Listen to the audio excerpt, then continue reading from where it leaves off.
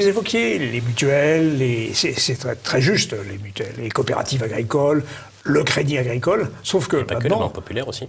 Oui, les banques populaires, c'est vrai. Oui, sauf que tout ce petit monde est allé dans la galaxie mondiale et mondialiste et s'est financiarisé. Donc leur intérêt à aller dans les territoires paraît pour l'instant assez problématique. Oh non. Non. Pour bien connaître ces acteurs-là, non. Déjà, non.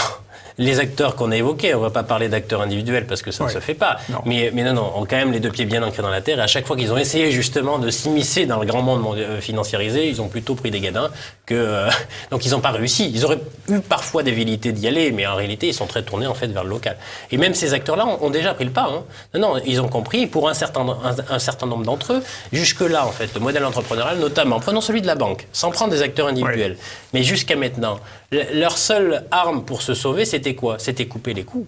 Eh bien, un certain nombre d'acteurs ont compris qu'en réalité, se couper des coûts, et on va prendre un exemple bien précis, se couper des coûts était en réalité une idiotie.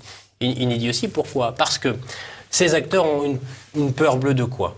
De l'arrivée des GAFA, des grands acteurs de la technologie dans ce monde-là. Vous comprenez, monsieur? Si jamais les GAFA viennent, ils ont Facebook, ils ont l'analyse des données, donc ils vont mieux connaître notre client, ils vont connaître notre client, et donc globalement, ils vont pouvoir mieux les servir que nous.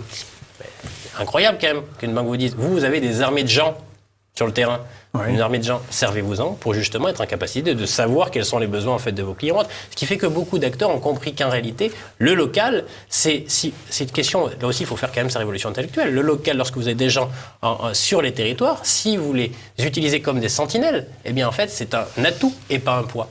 Et cette révolution-là, en fait, elle est en train d'être faite tout de même chez des acteurs privés parce que les entreprises, faut être clair, une entreprise, ça n'a pas le choix. Et vous êtes cohérent puisque vous vivez dans votre village natal. Oui, mais attention, vous savez, on monte toute thèse et démonte toute thèse sur la base d'exemples, donc je ne m'en servirai pas.